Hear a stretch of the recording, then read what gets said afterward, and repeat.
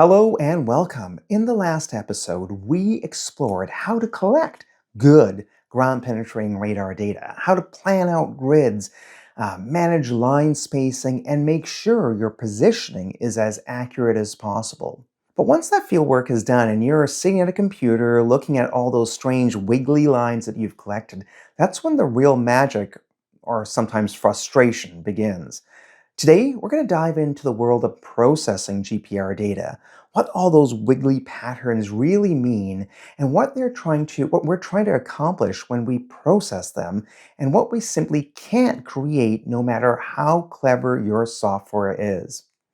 We'll move step by step through the essentials, setting time zero, applying gain, removing unwanted noise through filtering and background subtraction, and finally, we'll touch on advanced techniques like migration and amplitude envelopes. Each trace on a radargram is kind of like a tiny vertical timeline, a record of how radar energy left your antenna, bounced off different materials underground, and returned to the surface. The vertical axis is a function of time. The horizontal axis is distance, how far you moved. And every little oscillation represents an echo from something underground. When you scroll through a radar profile, you're really seeing thousands and thousands of these traces lined up side by side. Think of them like columns of pixels in a digital photograph. The bright oscillations mark strong reflections, and those faint low amplitude wiggles, well, they indicate weak contrast. A buried pipe, for example, might produce a clean, symmetrical hyperbola, an upside down U or V, while a layer boundary could be like a flat band stretching across the entire screen. It's easy to think of a radiogram as an image, but it's not a photograph of the underground. It's a field recording of electromagnetic echoes. Processing is what turns that raw sound into a clearer melody, separating the true signals from the background noise. Processing absolutely can't invent reflections that weren't captured there in the first place. If your antenna never received a return, no algorithm will conjure one up. What processing can do is clarify things. It enhances what we call the signal to noise ratio. It corrects systemic errors, it balances amplitudes, and removes interference. Think of it like cleaning an old photograph. You can improve the contrast, you can sharpen the image, and you can remove haze, but you absolutely can't restore a detail that was never there in the first place. The very first step is aligning your radar data in time. Now, this is typically done within the instrument itself, but every radar system starts recording the instant the transmitter triggers a pulse. But the electronics and the charging of the capacitor and the antenna geometry all introduce tiny delays. The pulse doesn't actually reach the ground surface until a few nanoseconds later. Now, that's billionths of a second, but we're measuring things in billionths of a second. If you don't correct for this time zero delay, your depth estimates will all be off. The reflections will appear deeper than they really are. So setting time zero simply means shifting the data so that the first strong reflection, the one that comes from the surface, sits exactly at time zero, zero time. Most software can detect the time zero, what we call first break, automatically, but it's still worth checking manually, especially if your site includes uneven ground or if your antenna's been in the air coupled data. But once time zero is set correctly, every other reflection on your radargram becomes properly referenced. You're now seeing true travel time from the surface downwards, which is essential for any later depth conversion or velocity analysis.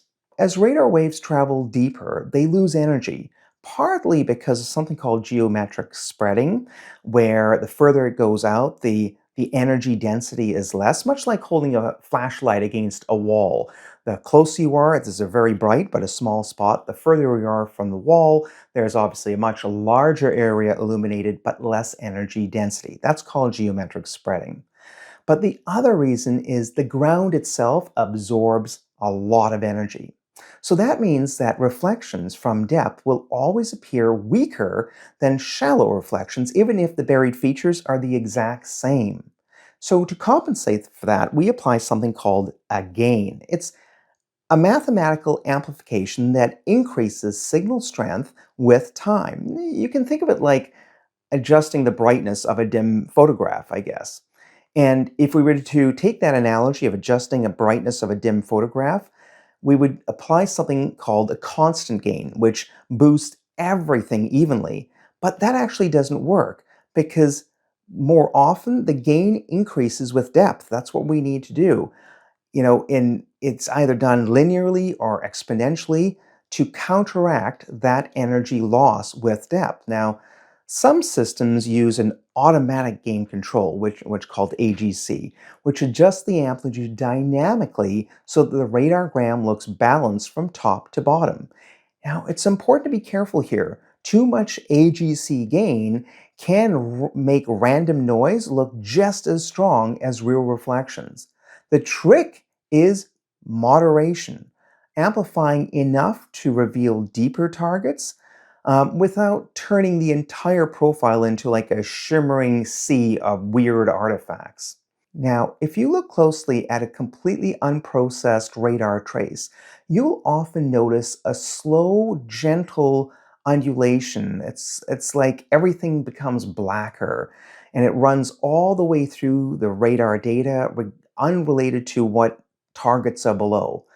This is endemic to all radar systems for the most part, and it's something called system WOW, WOW. The term comes from the audio recording industry in the 1950s, and it's a low frequency drift. In the case of GPR, it's caused by coupling between the antenna and the ground and the DC offsets in the electronics. Now, a DWOW filter removes this unwanted background sort of offset by subtracting a running average or applying a high-pass filter just below your signal bandwidth.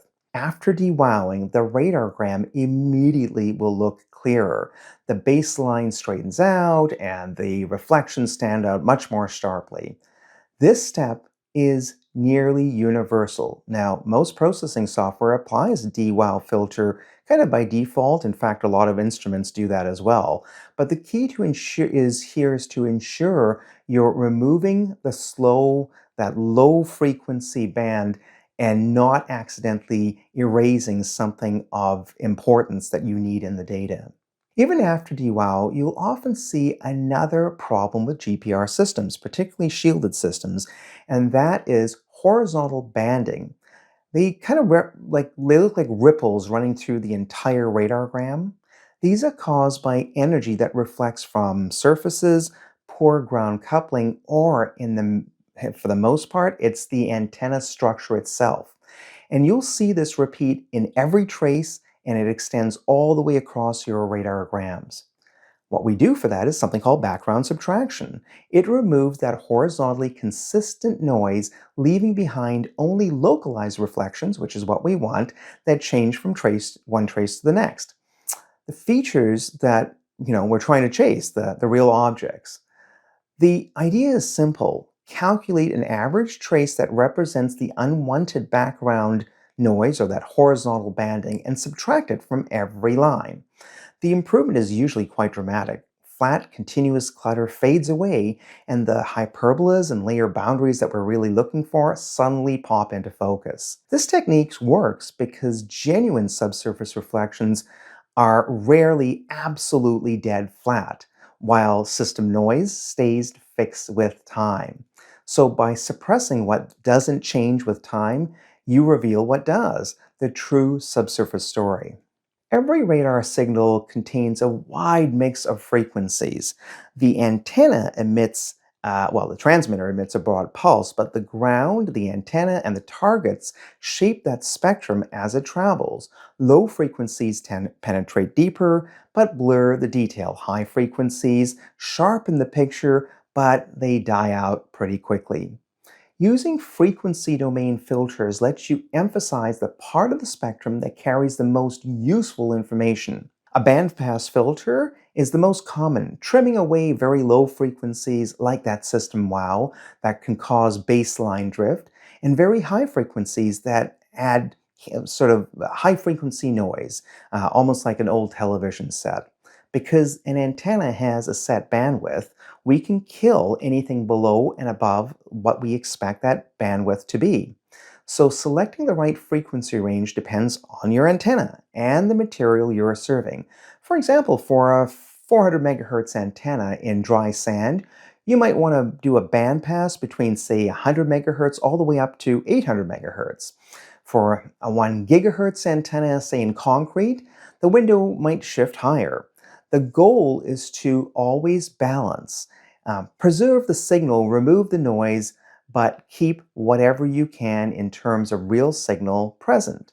Now, some processing packages can automatically analyze your data spectrum and suggest an initial filter range. It's always worth experimenting with. Whatever the software automatically sets, play with the settings and see if you can bring out more detail in your data. Your eyes and experience are the final judge. Now, let's talk about a little bit more advanced concepts, the realm of migration, one of the most powerful tools in GPR processing. When a radar pulse hits a small target, the returning echoes form a familiar hyperbola, that upside down V shape. The inverted shape that we see, that U or V, shows up every time you pass over a pipe or a boulder. The curve occurs because the radar detects targets before you're actually above it, and again after you've passed it. Because remember, the radar is not a laser, it is a flashlight. So as we approach a target, the initial angle of the light, or the radar energy in this case, is picking up some of that reflection.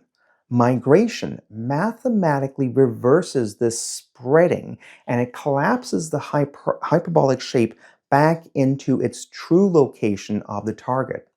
The result is a sharper and more realistic image. So pipes turned into instead of curves, they turn into like little blobs or crisp points sometimes. Layers straighten out, and complex intersections become much easier to interpret. To do this correctly, you need to know the velocity of the radar waves in the ground in the first place, which depends on the dielectric constant of the material. And remember, we said that's really the moisture. Many programs will allow you to fit a hyperbola manually to estimate that velocity. Once migration is applied, with the correct value for velocity, the geometry of your radargram suddenly aligns with the physical reality, and that's when depth calculations truly become reliable. Another useful transformation is creating an amplitude envelope, sometimes called a Hilbert transform. Instead of showing the raw oscillations, the ups and downs of the waveform, the envelope function traces the overall strength of the reflected energy.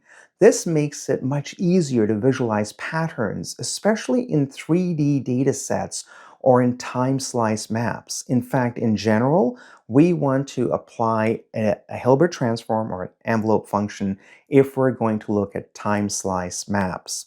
When you look at an envelope view, you're essentially seeing the brightness of the reflections, not their polarity. It's ideal for mapping uniform layers, highlighting anomalies, or comparing relative energy of different targets. Think of it like outlining the shape of a song's melody rather than the individual notes. You lose some of the structure and that fine detail, but you gain clarity in the big picture. There isn't a single correct workflow for GPR. I get asked that all the time. There's no correct workflow. The sequence and intensity of filters depend on the antenna frequency, your soil type, what you're trying to see in the first place. A typical workflow might start with time zero correction, then apply a DWOW, background subtraction, a gain, and followed by filtering and maybe migration. But sometimes you'll adjust that order. For example, migrating before or after gains sometimes brings out different data quality. You can see things that you can't see doing it the other way. The important part is understanding what steps what each step does physically so that every button you press has a reason behind it. Processing isn't about making the image look pretty, it's about making it truthful. No software can rescue poor data in the first place. If it's terrible data, it'll still be terrible data. If your lines were spaced too far apart, or if coupling was weak because your antenna was off the ground, or if the site was just too conductive, even the most advanced algorithms can only do so much. The quality of your processing starts with the quality of your field data. To recap, every little wiggly line on your radargram is a whisper from beneath the surface, an echo of structure, materials, or simply just change. Processing is how we learn to listen to those whispers. We remove the hum, amplify the melody, and bring the true notes into focus. Modern software can make this easier, suggesting sensible defaults and offering live previews, but the human mind remains at the center of GPR interpretation. You are the one who decides what looks real, what's an artifact, and what's the real story the subsurface is trying to tell us. Processing teaches you to see GPR data not as some random noise, but as almost like a language, the language of the ground itself. In the next episode, we'll move from the science of processing to the art of interpretation, learning how to recognize genuine features, distinguish artifacts, and translate radargrams into meaningful geological or structural insights. Because processing sharpens the picture, but interpretation brings it to life. Thank you very much. I'll see you next time.